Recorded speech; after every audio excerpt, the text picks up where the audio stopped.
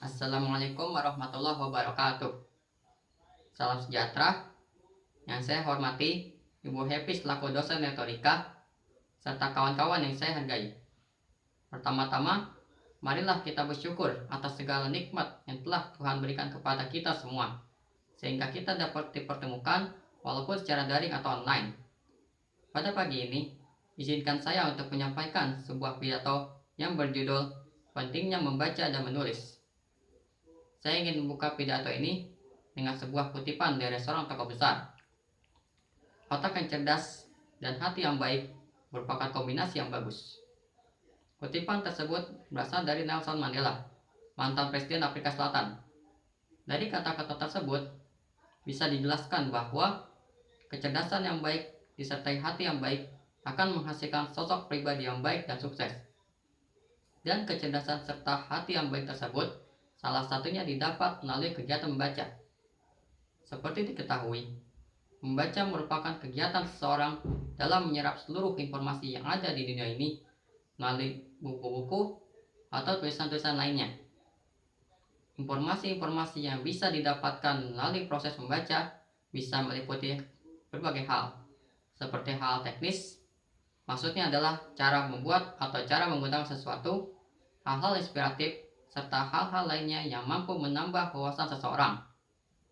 Dalam keseharian, kita bisa melihat bagaimana seseorang menjadi lancar ibadahnya semenjak dia rutin membaca buku panduan beribadah. Atau mungkin seseorang yang menjadi mahir memasak semenjak dia membaca buku panduan resep secara rutin.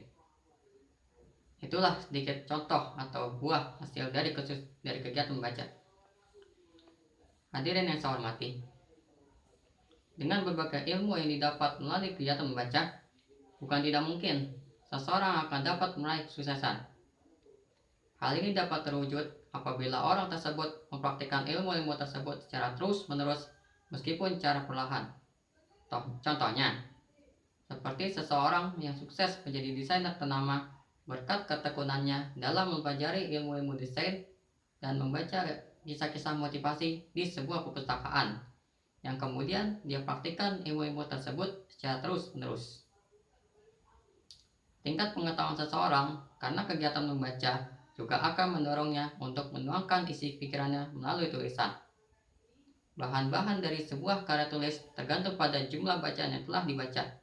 Semakin banyak jumlah bacaan seseorang, maka akan semakin kaya pula isi tulisannya. Bacaan-bacaan tersebut juga dapat membantu seseorang dalam hal-hal teknis, seperti penyusunan kalimat, serta pemilihan kata-kata. Tidak hanya tingkat pengetahuan, berbagai pengalaman yang mengesankan juga bisa dijadikan bahan untuk tulisan. Pengalaman tersebut dapat dipakai untuk memperkuat isi suatu tulisan. Pada umumnya, pengalaman seorang penulis tertuang dalam karya-karya tulis yang bertemakan pengembangan diri, seperti contoh buku-buku motivasi, serta terdapat pula di buku-buku yang mengisahkan perjalanan seseorang, atau bisa disebut buku-buku traveling. Jika sudah rampung menjadi sebuah buku atau hasil karya tulis lainnya, maka karya tersebut bisa saja dapat menambah wawasan bagi siapapun yang membacanya dan akan berdampak baik pula pada kehidupan mereka jika mereka juga mempraktikkan ilmu-ilmu tersebut. Hal ini dapat dikatakan bahwa seorang penulis merupakan guru tak kasat mata, karena telah mengajarkan ilmu-ilmu kepada orang lain tanpa harus bertatap muka. Manfaat ini pun akan semakin terasa jika karya tersebut diperbanyak jumlahnya dan juga memiliki banyak pembaca. Saya pun mempunyai contoh terkait manfaat dari karya tersebut. Anda tahu buku Iqra? Buku tersebut mungkin kita anggap biasa karena lazim kita baca saat masih kecil. Buku tersebut ditulis oleh Kiai Haji As'ad Umam pada tahun 1990-an. Hingga saat ini, buku tersebut tetap menjadi cara awal bagi seorang muslim di Indonesia untuk mempelajari Al-Quran, kitab suci mereka. Hal ini dikarenakan metode pembelajaran dalam buku Iqra yang dapat mudah dipahami oleh siapapun. Saya pun pernah merasakannya sewaktu kecil. Namun, perlu pula diketahui, untuk menjadi seorang penulis yang baik, diperlukan pula usaha yang dilakukan secara terus-menerus. Jika kalian ingin memulai, Cobalah kalian menulis tentang apa saja yang pernah kalian alami. Tak lupa pula, kalian mesti perbanyak jumlah bacaan kalian jika kalian ingin menghasilkan sebuah tulisan yang berkualitas dan bermanfaat. Hadirin yang saya hormati, terkait dengan isi pidato ini, izinkan saya untuk membagikan pengalaman saya terkait kegiatan membaca dan menulis. Pada saat saya kecil, saya sudah memiliki hobi membaca buku, seperti buku-buku ilmu pengetahuan umum dan buku-buku ilmu pengetahuan agama. Menurut saya, buku merupakan benda yang mampu menarik minat saya. Terlebih, bila judul bukunya terlihat menarik, maka tak segan-segan saya akan membeli buku tersebut. Tak hanya buku-buku, saya pun juga membaca dari beragam sumber, seperti media sosial, artikel-artikel yang ada di koran maupun di platform online.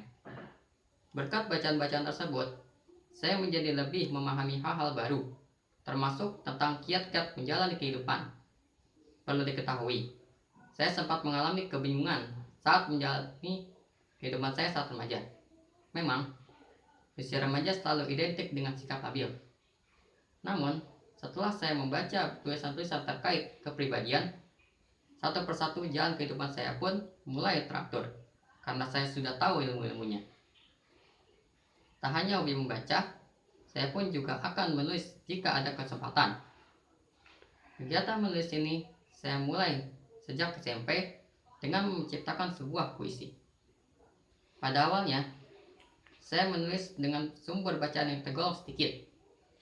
Namun, seiring berjalannya waktu, saya pun mulai mengembangkan tulisan-tulisan saya dengan berdasarkan apa saja yang telah saya baca, amati, serta alami. Tulisan-tulisan tersebut saya pajang di blog saya, di salah satu platform online, dan di salah satu tabloid milik sebuah lembaga pers mahasiswa. Itulah pentingnya membaca dan menulis. Karena kedua kegiatan tersebutlah, seorang individu pun akan dapat meraih kesuksesan hingga akhir hayatnya. Terkait dengan dunia tulis-menulis, saya pun mempunyai suatu kata-kata mutiara. Menulislah sebelum ditulis namamu di atas batu nisan. Cukup sekian dan terima kasih. Wassalamualaikum warahmatullahi wabarakatuh.